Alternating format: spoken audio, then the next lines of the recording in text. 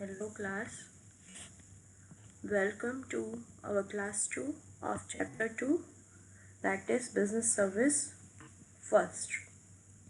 In this class, we are going to see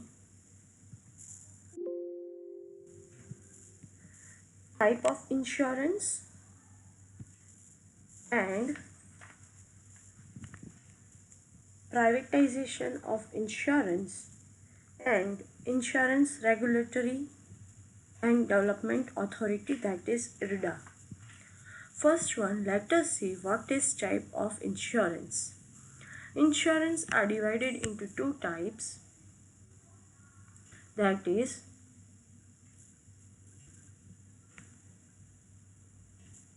that is life insurance and general insurance. Life insurance is again divided into two types, whole life insurance and endowment insurance. Then goods general insurance is divided into three types. First one is goods and transportation insurance. Second is fire insurance. Third one is other general insurance. Goods and transportation insurance are divided in three types, that is marine insurance, air insurance, rail or road insurance. Fire insurance don't have any bifurcation, again in detail.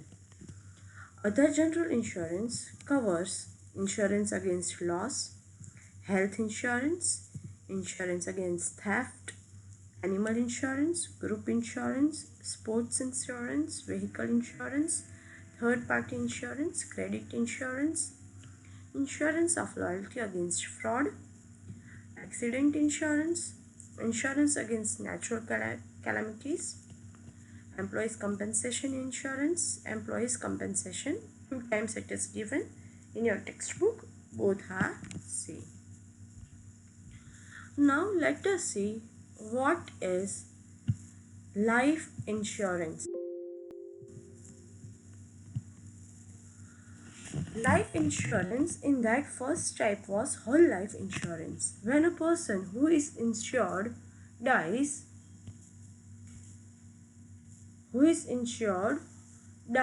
insurance company undertakes to pay a pre-decided sum of compensation to the legal heir of the deceased according to the contract or an agreement. It is known as whole life insurance. It means that when a person who takes insurance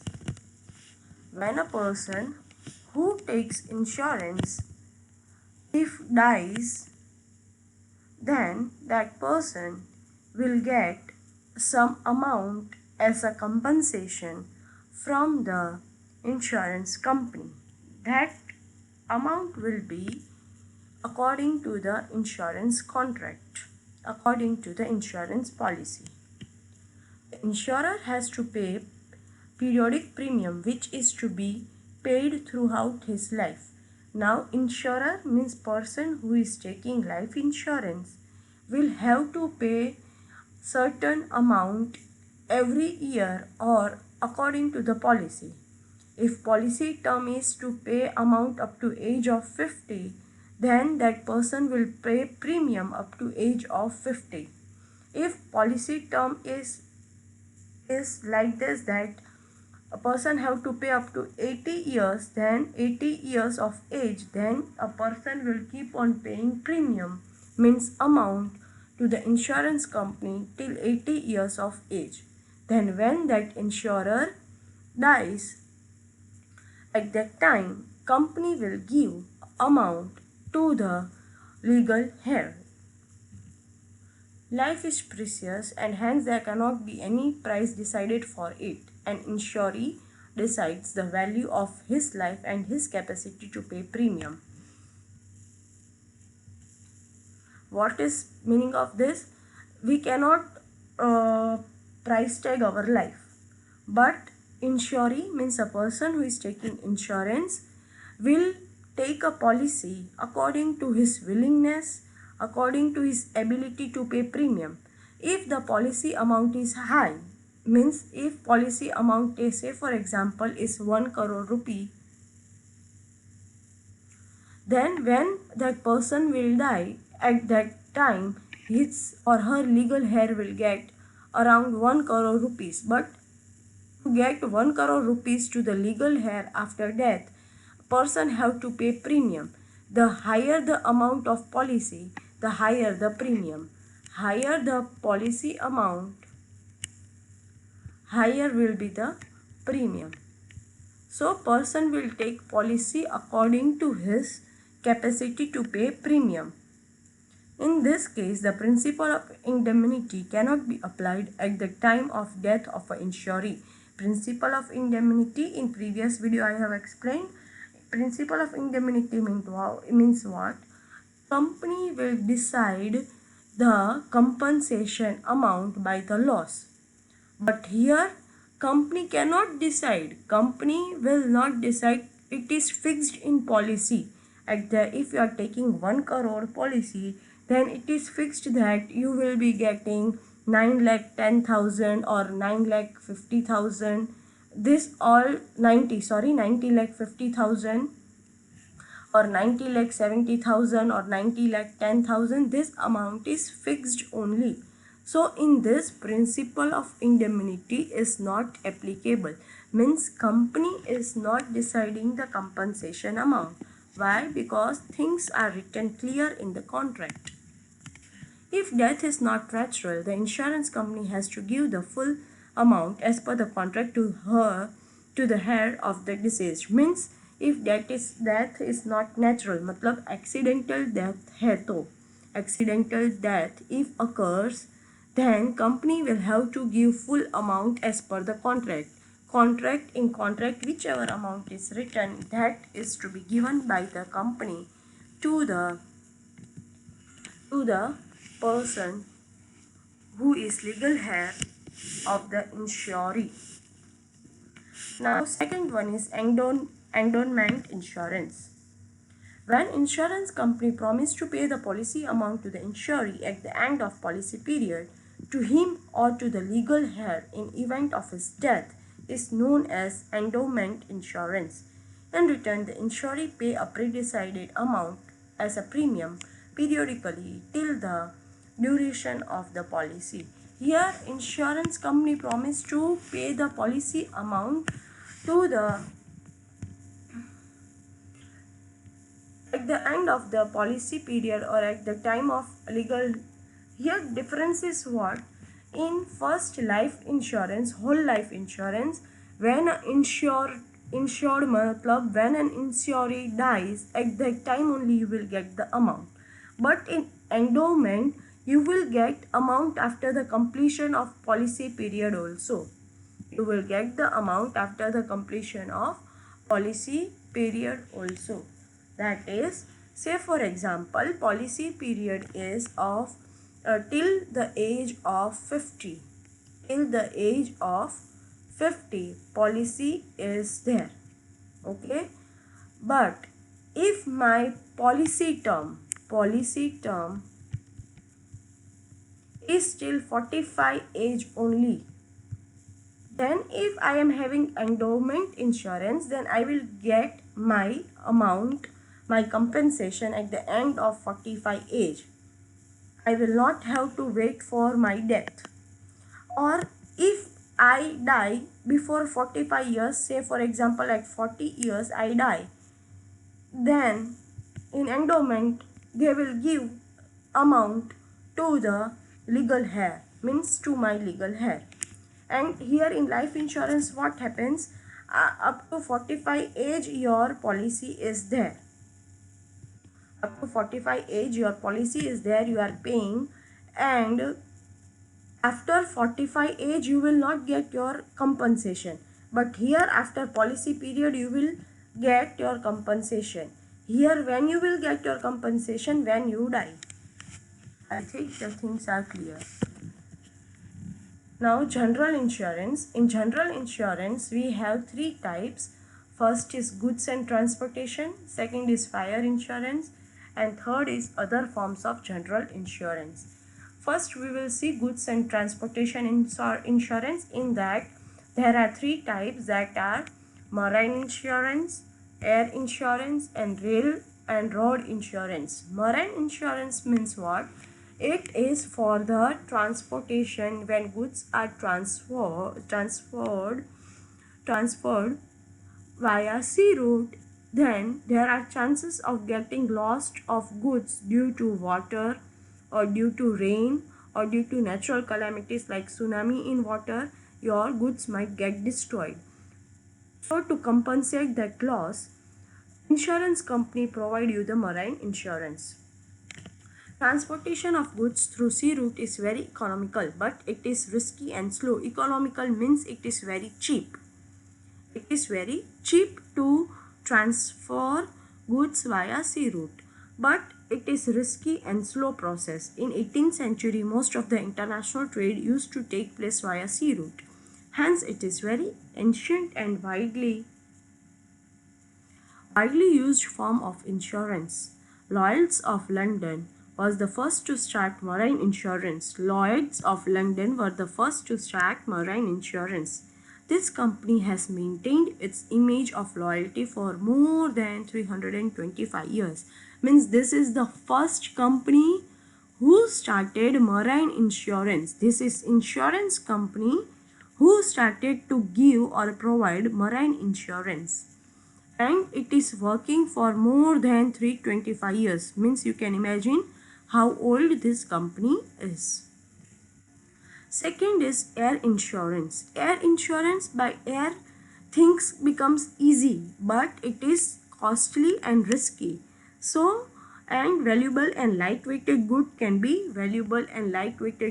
be transferred by